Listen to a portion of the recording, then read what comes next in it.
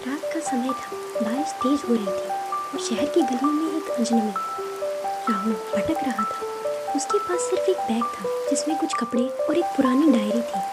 उसने अपने पीछे का सब कुछ छोड़ दिया था, परिवार, दोस्त, शहर और एक ऐसा अतीत जिससे वह भागना चाहता था। बारिश में भीगते हुए उसने एक टैक्सी रोकी और ड्राइवर से कहा, मुझे इस शहर में कोई ऐसी जगह बताओ जहाँ मैं कुछ दिन रुक सकूं बिना किसी को बताए।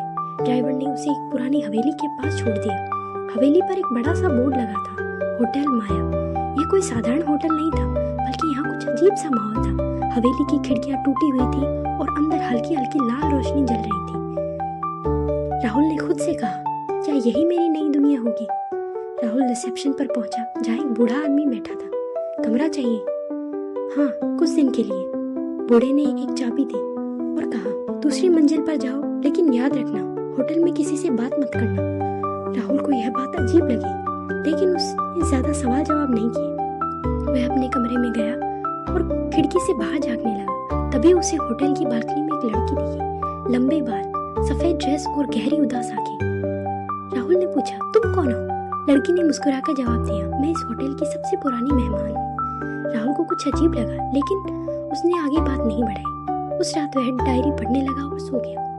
सुबह राहुल उठा तो होटल में कोई नहीं था, ना बूढ़ा रिसेप्शनिस्ट, ना कोई और, लेकिन बालकनी में वह लड़की खड़ी थी। तुम कौन हो? और यह होटल इतना अजीब क्यों है? लड़की ने उसकी ओर देखा और कहा, तुम इस होटल में क्यों आए हो? मैं अपने अतीत से भाग रहा हूँ, राहुल ने जवाब दिया। लड़की मुस्कुराई और बोली, यह होटल उन्हीं के लिए है जो अपने अतीत से भागते हैं, लेकिन यहाँ आने वाले कभी वापस नहीं जाते। राहुल का दिल तेजी से धड़कने लगा। उसे समझ नहीं आ रहा था कि ये लड़की कौन है और ये होटल इतना रहस्यमय क्यों है।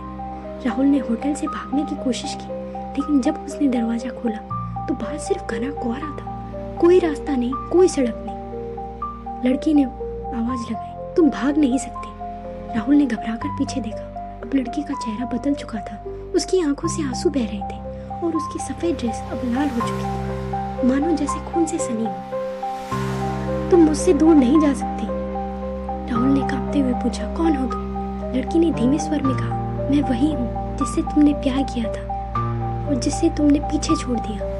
राहुल को एक झटका लगा। यह लड़की सिया थी, उसकी पुरानी प्रेमिका, जिसे उसने एक पुराने हादसे में खो दिया था। राहुल को अब सब कुछ याद आ रहा था। सिया और वह एक दूसरे से बहुत प्यार करते थे, लेकिन एक दिन एक एक्सीडेंट में सिया की मौत हो गई और अब सिया उसकी आत्मा बनकर उसे अपने साथ लेने आएगी। राहुल, तुमने मुझसे वादा किया था कि तुम मुझे कभी अकेला नहीं छोड़ोगे। राहुल के शरीर में ठंडक दौड़ गई। वह भागने की कोशिश कर रहा था, लेकिन उसके पैर जकड़ चुके थे। सिया ने उसकी ओर हाथ बढ़ाया और कहा, अब कोई अतीत नहीं, कोई भविष्य नहीं, बस हम दोनों हमेशा के लिए। राहुल की आंखों में अंधेरा छा गया और फिर कभी किसी ने उसे नहीं देखा। होटल माया में एक और आत्मा घुस गई। कुछ कहानियाँ खत्म नहीं होती, वे बस नई कहानियों में